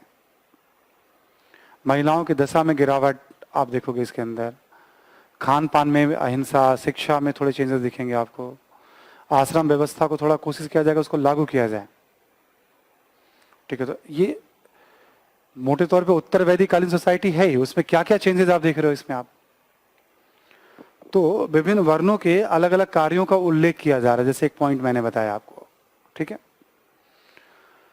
दूसरा हमने क्या बताया, जाति व्यवस्था साफ साफ दिखाई पड़ रही है, छुआछूत का प्रचलन शुरू हुआ, दासों की दयनीय दशा है, महिलाओं की दशा में गिरावट, यानी सोसाइटी कहीं ना कहीं आप देखोगे फिर पिछले काल की तुलना में बदलाव की ओर आगे बढ़ रहा है, और कई मामलों में ये बदलाव नकारात्मक है। कुछ अच्छी चीजें भी हैं, जैसे जो बौद्ध एवं जैन धर्म को मानते थे, वहां भिक्षु या भिक्षुनी के स्तर पे समानता का संदेश है, उन्होंने सामाजिक व्यवस्था को चुनौती दी है। जो बौद्ध एवं जैन धर्म है उन्होंने सामाजिक व्यवस्था को चुनौती दी है। ठीक है, तो ये है आपका बुद्ध युगीन समाज। तो एक बार हम लोग क्विक रिव्यू कर लें कि आज हम लोगों ने क्या पढ़ा, कि धर्म अपने आप में एक बृहद टॉपिक है, तो उसकी चर्चा मैं कल ही कराऊंगा आपसे धर्म के बारे में, है ना। आज हम लोगों ने जिन जिन विषयों पर चर्चा की, एक वैदिक धर्म, याद है सभी को, ऋग्वैदिक धर्म और उत्तर वैदिक धर्म, विभिन्न देवताओं के बारे में बताया, पूजा पाठ पद्धति के बारे में बताया, और विरासत से जोड़ करके सवालों के बारे में बताया। दूसरा, हमने आपको ये भी समझाया कि साहित्य मेंस में बहुत इंपॉर्टेंट है, साहित्य को पढ़ना कैसे है उसका तरीका भी थोड़ा बताया मैंने आपको, और कुछ इंफॉर्मेशन भी रखने हैं आपको साहित्य के बारे में जो ऑब्जेक्टिव में काम आएंगे। तो वैदिक साहित्य का पूरा परिचय मैंने कराया आपको, और फिर कुछ प्रश्नों पर चर्चा हुई। फिर हम लोग आ गए बुद्ध काल, सूत्र काल या महाजनपद काल क्यों कहते हैं, इसका एक परिचय मैंने दिया आपको। और इफ यू रिमेंबर, तो हम लोगों ने उस दौर की अर्थव्यवस्था में क्या चेंज हुए, खेती से लेकर शहरीकरण तक, ठीक है, उसके बारे में एक चर्चा कराई आपको। राजनीति को थोड़ा और विस्तार से हमने देखा, उत्तर वैदिक काल की तुलना में क्या बदलाव हुए, और कॉन्सेप्ट भी समझा, राजतंत्र गणतंत्र में क्या अंतर थे। 16 महाजनपदों को मैप पे जरूर देखिएगा, आज के आज ही पढ़िएगा, मगध क्यों सर्वाधिक शक्तिशाली हुआ, है ना। ठीक है, और अलग अलग महाजनपदों के शासकों का भी नाम आएगा, लेकिन ज्यादातर बुद्धिज्म के साथ नाम आएगा, है ना, तो वो हम भी ले लेंगे, बताएंगे आपको हम कल वाली क्लास में। इसमें ईरानी और सिकंदर के आक्रमण की भी चर्चा हुई। समाज एक तरफ निश्चित तौर पे थोड़ा और गिरावट की ओर जा रहा है, लेकिन एक और अच्छी बात है जिसका जिक्र हमने ज्यादा भी किया नहीं है इसमें, वो बुद्ध की शिक्षाओं के साथ जिक्र होगा कि बुद्ध और महावीर समानता का उपदेश भी दे रहे हैं। यदि भेदभाव है तो वैसे सुधारक भी समाज में समानता की बात कर रहे हैं। एक जनरल पैटर्न मैंने बता दिया है। कल की क्लास में हम लोग बुद्धिज्म और जैनिज्म तो कल नहीं हो पाएगा, क्योंकि बुद्धिज्म अपने आप में एक बहुत ब्रॉड टॉपिक है ना। तो कल हम लोग बुद्धिज्म पे विस्तार से बात करेंगे आपसे हम, ठीक है। कल की क्लास में बुद्धिज्म पे चर्चा होगी और फिर आप इसको रिवीजन कर लीजिएगा, जितने भी क्लास लेक्चर हमने कराए हैं। कल फिर आपसे बातचीत होगी, ठीक है। कोई भी सवाल होगा तो आप जैसा पहले का पैटर्न है उसी पैटर्न को फॉलो करिएगा। आप क्लास में तो भी आप है नहीं जो मुझसे पूछ पाइए आप, ठीक है। आप कोऑर्डिनेटर से पूछिएगा, जो हमारे कोऑर्डिनेटर होंगे आपके साथ। फैक्चुअल सवाल जैसे आपने जो आज सवाल पूछा था वो फैक्ट्स था, कोई ठीक है, वो बताने में कोई बड़ी बात नहीं है। वो आप किताब भी पढ़ लोगे दोबारा या ध्यान से सुन लोगे, क्योंकि मैं बता तो रहा ही हूँ उसको। मैं क्लास में क्या होता था, आप मेरी तरफ देखते थे तो मैं समझ जाता था, अच्छा आपने शायद नहीं लिखा होगा। बट अब मैं यहाँ समझ नहीं पाऊंगा कि आप कितने लोग मेरी तरफ देख रहे हैं और कितने लोग नहीं देख रहे हैं।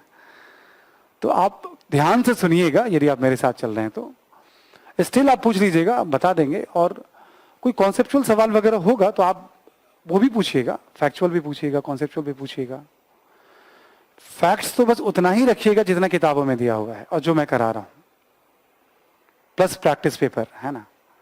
तो जो कोऑर्डिनेटर होंगे, जैसा पहले भी वो आपको सपोर्ट करते थे, अभी भी कर ही रहे होंगे आपको सपोर्ट। मेरे पास भी सिस्टम बना हुआ है, सवाल आ जाएगा आपका।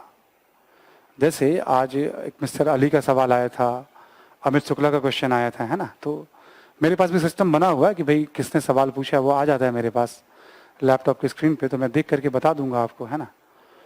बट आप ध्यान रखिएगा जो मैं बता रहा हूँ आपको, है ना। और हमने पहले भी आपसे आग्रह किया था कि वीडियो आपको दे दिए गए वो बात अलग है, बट उस वीडियो का इस वीडियो में थोड़ा अंतर ये हो जाएगा कि अब ये मुझे पता है कि मुझे आप ही की तरफ देखना है। उस वीडियो में तो पूरे क्लास की तरफ देखते हुए पढ़ाता था मैं, है ना। यहाँ मैं आपसे ही संवाद कर रहा हूँ, थोड़ा एक इसका फर्क पड़ जाएगा। दूसरा जो आप इसमें फर्क देखोगे इस क्लास में, ठीक है, कि जब आप ऑनलाइन क्लास करते हो ना, हमने पहले भी आपको गाइड किया कि थोड़ा आपको और एनर्जी चाहिए। आप यहाँ क्लास के अंदर रहते थे ना, तो कुछ तो आपसे हमें एनर्जी मिलती थी और कुछ मुझसे आपको मिलती होगी, ठीक है। थोड़ा मेरी भी नजर आपके ऊपर रहती थी, आप ना चाहते हुए भी थोड़ा दाएं बाएं करते हुए भी कि अब ब्रेक मिल जाए, ठीक है। हालांकि वो सब अब दबाव मेरे ऊपर नहीं है कि ब्रेक मिल जाए, है ना। मैं जब चाहूं तब क्लास लूं, है ना, ठीक है। तो आपकी जिम्मेवारी थोड़ी ज्यादा बढ़ गई है। तो साथ साथ करने से क्या है ना, आपका एक मोमेंटम बन जाएगा। और जो मेंस के डिस्कशंस वगैरह होते हैं वो होते रहते हैं। हिस्ट्री में चेंजेस नहीं आएंगे पुराने क्लास में नए क्लास में। कभी हो सकता है एक दो इन्फॉर्मेशन किसी में ज्यादा आ जाए, एक आधा कम आ जाए, वो हार्डली मैटर करता है। आपको आर एस शर्मा की किताब में सारी बात दी हुई है। मेंस के अप्रोच में भी कोई नया बदलाव नहीं आएगा। हाँ, ये हो सकता है बातचीत के क्रम में कोई नया क्वेश्चन कभी डिस्कस हो जाए, ठीक है, वो एक अलग बात है ना। असाइनमेंट लिखना बंद मत करिएगा आप लोग, ठीक है, वो जारी रखिएगा आप लोग, है ना, क्योंकि अब ज्यादा जिम्मेवारी है। पहले तो हम कभी लिखवा भी सकते थे क्लास के अंदर, है ना। तो अब क्या है कि आपका दायित्व ज्यादा बढ़ गया है। हमारे लिए बस इतनी चुनौती है कि जो आपको देख करके मुझे ऊर्जा मिलती थी ना, वो अब खत्म हो गई है। लगता था कौन पढ़ रहा है कौन नहीं पढ़ रहा है, थोड़ा मजा आता था। कुछ सवाल आ गए क्लास में, है ना, कुछ हरकतें ऐसी हो गई, ठीक है। उन सारी चीजों से अब आप भी वंचित हो और मैं भी वंचित हूं, ठीक है। तो ठीक है, it's okay, part of life, जीवन ऐसे ही चलता है ना। फिर वो दौर भी आ जाएगा कभी, ठीक है।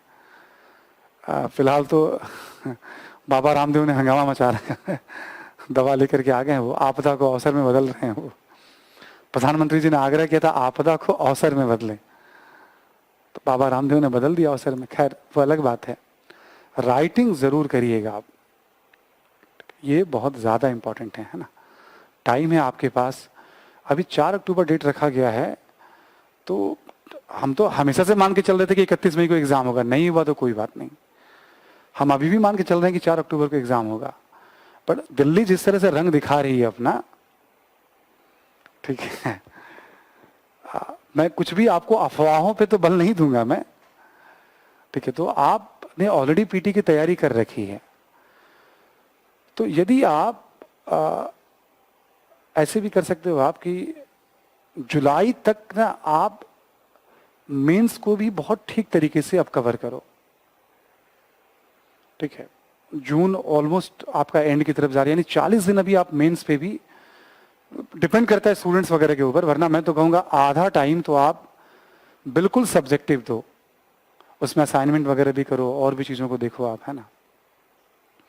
स्टूडेंट तो स्टूडेंट वेरी करेगा, क्लास में थोड़ा ये भी एडवांटेज होता था, आप अपने हिसाब से व्यक्तिगत तौर पे भी सवाल पूछ लेते थे कि आपका क्या स्टेटस चल रहा है ना।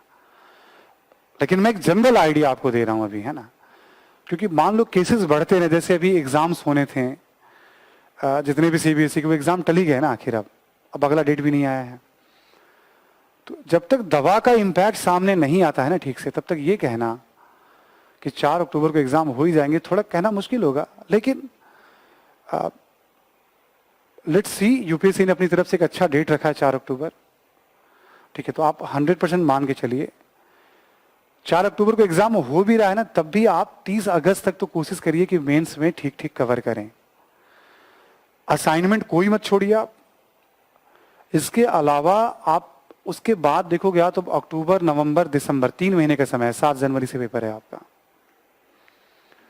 तो आपको ज्यादा समय नहीं दिया गया है। तो आप कोशिश कर सकते हो आप तो कुछ वैसे विषयों को भी देख लेना आप। क्लासेस तो आपकी चलेंगी ही चलेंगे भी, है ना, लगातार। कुछ वैसे विषयों को भी देख लो, जैसे मान लो आंतरिक सुरक्षा का पीटी में ज्यादा रोल नहीं होता है, तो क्लासेस हो ही गई हैं आपकी, आप उसको रिवीजन कर लो, आईआर को रिवीजन करो, यानी आप उन विषयों पे भी काम करो। लेट्स सी, वर्ल्ड हिस्ट्री का और एथिक्स का भी रोल नहीं होता है, उसके लेकर के भी क्या योजना है क्लास की, है ना। पहले कल्चर वाली क्लास हो जाए पूरी। खतरा ये भी लगा रहता है ना कि कब किसको कोरोना आकर के प्यार से उसके साथ चिपक जाए, कभी किसी टीचर के साथ ही चिपक लिया मान लो, ऐसा ना हो। तो 12-15 दिनों के लिए तुमको आराम करा ही देगा वो, है ना। तो ये भी खतरा होता है कि प्लान तो कर रहे हैं हम सब, लेकिन पता नहीं सावधानी बरतने के बावजूद।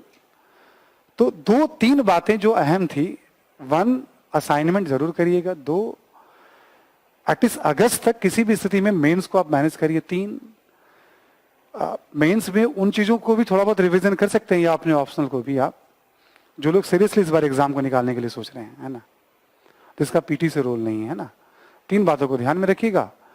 कल ये टॉपिक हमारी जारी रहेगी, बुद्धयुगीन धर्म, जिसमें कल पूरे क्लास में बुद्ध पे ही बात होगी, क्योंकि एक सवाल प्रतिवर्ष कम से कम प्रीलिम्स में से पूछे जाते हैं, ठीक है।